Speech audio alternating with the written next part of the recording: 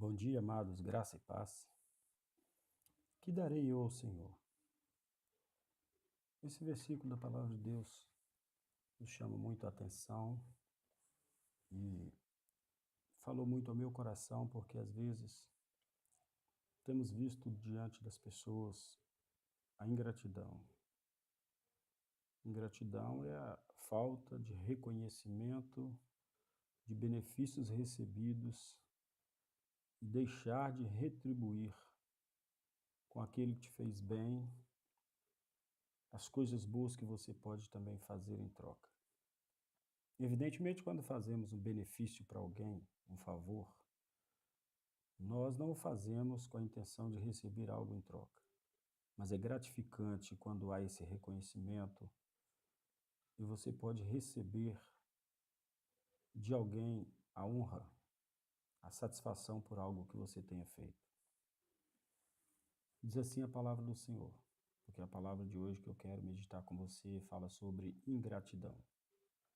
Porque tendo a lei a sombra dos bens futuros, e não a imagem exata das coisas, nunca, pelos mesmos sacrifícios que continuamente se oferecem cada ano, pode aperfeiçoar os que a ele se achegam. De outra maneira, teriam deixado de se oferecer, porque purificados uma vez, os ministrantes nunca mais teriam consciência do pecado. Hebreus capítulo 10, versículo 1 e 2. A Bíblia diz, o Senhor Jesus falando, se eu não viesse nem lhes houvera falado, vocês teriam desculpa, porém agora eu vim, não tens mais desculpa do pecado. Ainda nos diz a palavra do Senhor em Hebreus, capítulo 10, versículo 26 ao 33, porque se pecarmos voluntariamente, depois de termos recebido o conhecimento da verdade, já não resta mais sacrifício pelos pecados, mas uma certa expectação horrível de juízo e ardor de fogo que há de devorar os adversários, quebrantando alguém a lei de Moisés, morre sem misericórdia, só pela palavra de 2 ou 3 testemunhas. De quanto maior castigo cuidais vós, será julgado merecedor aquele que pisar o Filho de Deus, e tiver por profano o sangue da aliança, com que foi santificado, e fizer agravo ao Espírito da graça. Porque bem conhecemos aquele que disse, minha é a vingança, e darei a recompensa, diz o Senhor. Outra vez, o Senhor julgará o seu povo. Horrenda coisa é cair nas mãos do Deus vivo. Lembrai-vos, porém, dos dias passados, em que depois de ser desumilhados, suportastes grande combate de aflições. Em parte, fostes feitos espetáculos com vitupérios e tribulações. Em parte, fostes participantes com os que assim foram tratados. Ainda nos diz a palavra do Senhor, o meu justo viverá pela fé. E se ele recuar, a minha alma não tem prazer nele. Nós, porém, não somos daqueles que se retiram para a perdição, mas daqueles que creem para a conservação da alma. Hebreus capítulo 10, 38 e 39. Ao falar de ingratidão neste dia, meu querido, eu gostaria de falar sobre a ingratidão que temos quando deixamos de reconhecer o Senhor Jesus como único e suficiente Salvador. Diz ainda assim a palavra de Deus: como escaparemos nós, se não atentarmos para uma tão grande salvação? Meu amado, o Senhor é o único, o Senhor é soberano, Ele é suficiente Salvador de nossa vida. E uma vez encontrados com este Salvador, o que é que nós vamos fazer de nossa vida?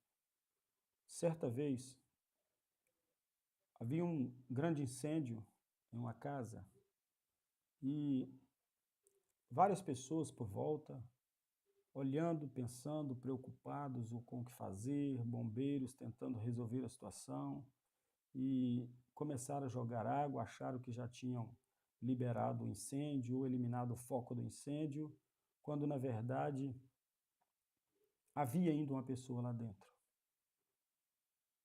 Um homem então,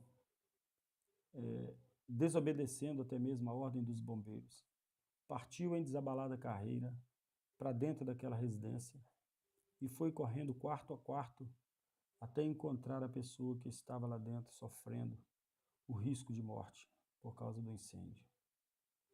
entregou a pessoas bombeiros e sumiu.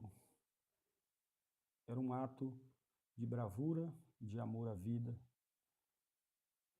Mas depois, pesquisando a história anos mais tarde, aquele homem se encontrou novamente com a pessoa que ele havia resgatado. E num dado momento, aquela pessoa o reconheceu, porque foram colocadas fotografias em jornal, ela havia guardado os jornais da época. E aquela pessoa, então, correu, abraçou aquele homem que havia resgatado a sua vida e disse a ele: Você é o meu Salvador e eu devo a você a minha vida. Querido, nós estávamos mortos nos nossos delitos e pecados, como nos diz a palavra de Deus, derrotados, destruídos, condenados. Veio então o Senhor Jesus e entregou a sua vida em favor da minha vida, em favor da sua vida, para nos dar o resgate da nossa alma. Fomos resgatados e fomos tirados, como diz a palavra do Senhor, do reino das trevas para o reino da sua maravilhosa luz. Ele nos resgatou, ele nos salvou, ele nos comprou. Hoje vivemos de uma forma muito estranha, vamos dizer assim. Várias pessoas desobedientes, sem interesse, sem motivação, sem dedicação para buscar a Deus, para agradecer a Deus esses benefícios que o Senhor Jesus nos fez de nos resgatar, de nos transformar, de nos libertar, de nos curar, de nos dar, enfim, a promessa da vida eterna. E temos ainda, amados, aquelas pessoas que viveram por um grande período na presença de Deus, servindo a Deus, adorando a Deus. E num dado momento, por um problema qualquer, distanciou-se do Senhor. A Bíblia diz que essas pessoas são como o cão que engoliu o próprio vômito. E nós podemos compreender, amados, que são pessoas que vivem à margem daquilo que é o propósito de Deus, que é a nossa salvação em Cristo Jesus. São pessoas que perderam o interesse ou a motivação porque deixaram se levar por problemas desta vida, seja qual for o tipo do problema. Que darei eu ao Senhor por tantos benefícios que Ele me tem feito? Eu fui salvo, eu fui resgatado, eu fui transformado, eu fui liberto, a minha dívida do pecado foi paga, foi quitada. O que podemos falar então de alguém que, tendo provado o mais doce perfume das rosas, queiram reverenciar mais os espinhos que quase impediram diante de desfrutar esta bênção? Querido, eu fico estarrecido quando vejo um servo de Deus negando o Senhor depois de ter recebido dele grandes bênçãos em sua vida, deixando de congregar, deixando de prestar cultos a Deus, deixando de adorar a Deus, trocando por qualquer que seja a situação da sua vida. Emprego, casamento, bens materiais. Há pessoas que têm desculpas das mais diversas e, podemos dizer assim, esfarrapadas para sair da presença de Deus, para deixar de frequentar a igreja, para deixar de amar os irmãos, para deixar de estar em comunhão, parecendo que Jesus é culpado dos seus problemas. Alguém que teve sua vida resgatada, sua alma regenerada, liberta do pecado, ter voltado ao caminho do erro por qualquer que seja a situação ou circunstância da vida, está trocando o grande benefício da salvação por incertezas, ou até mesmo, podemos dizer, por certezas da perda da sua salvação e da sua comunhão com Deus. O pecado na vida do cristão só deve ocorrer mesmo acidentalmente.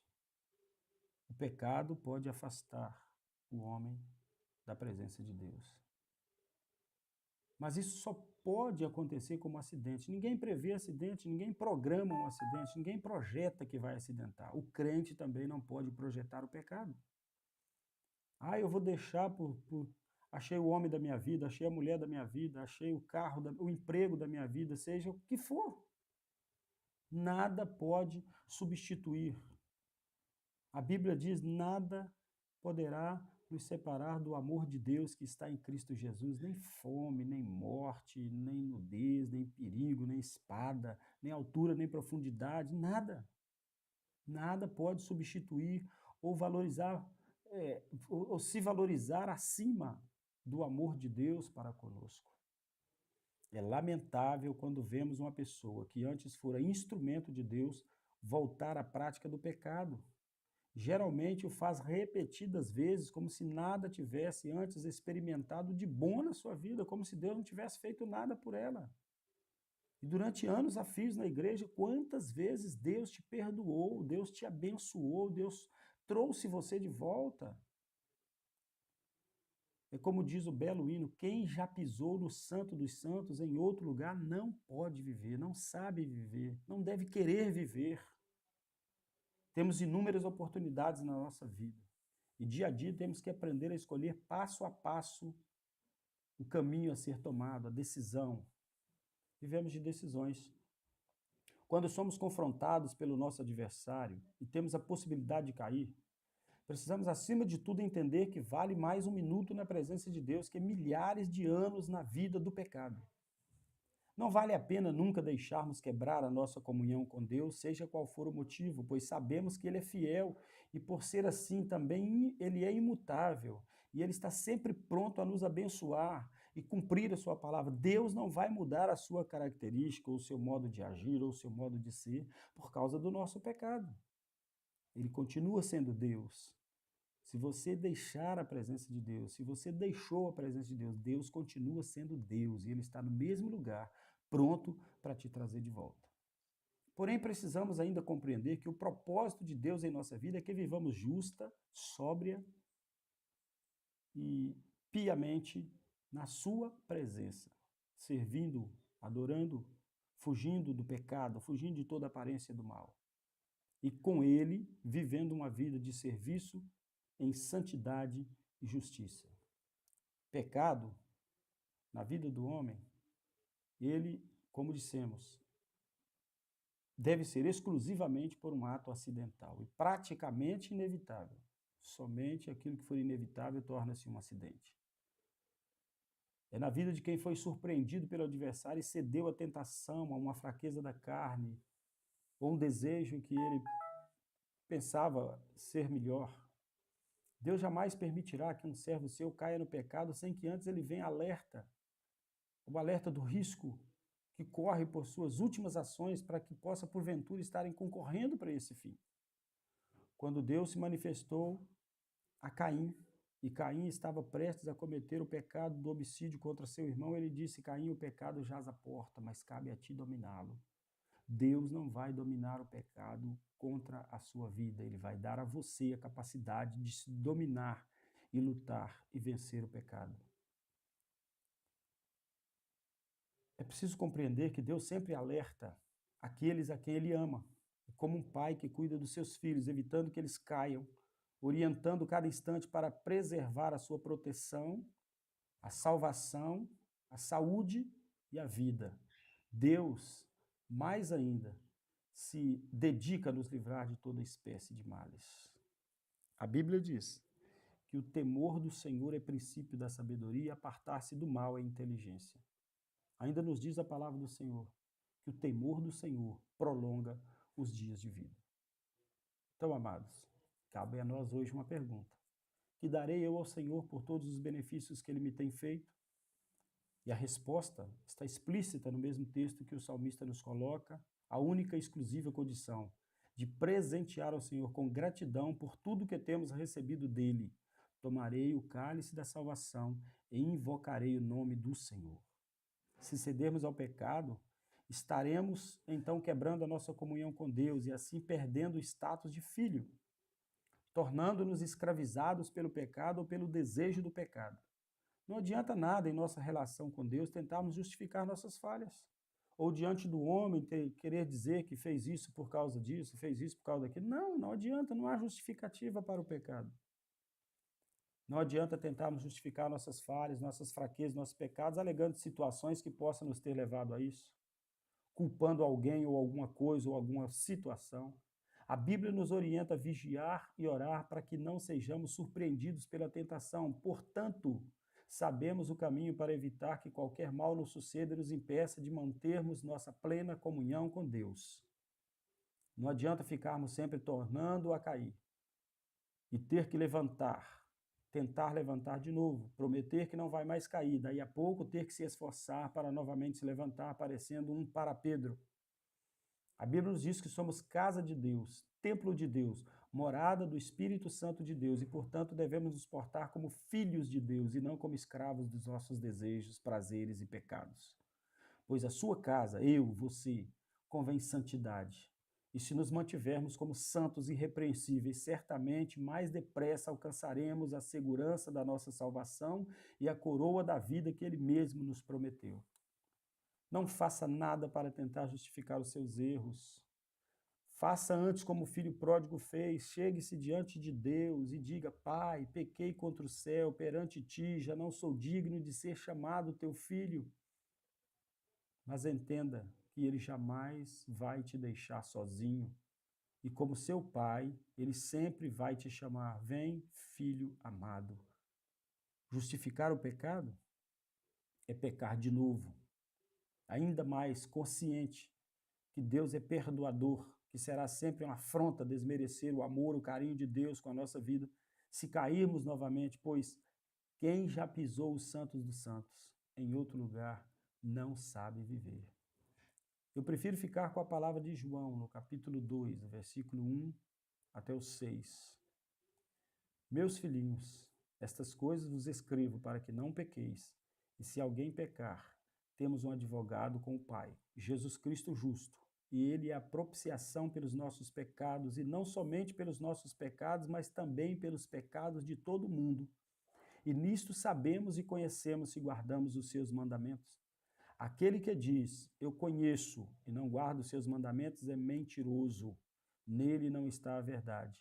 Mas qualquer que guarda a sua palavra, o amor de Deus está nele, verdadeiramente aperfeiçoado. Nisto conhecemos que estamos nele.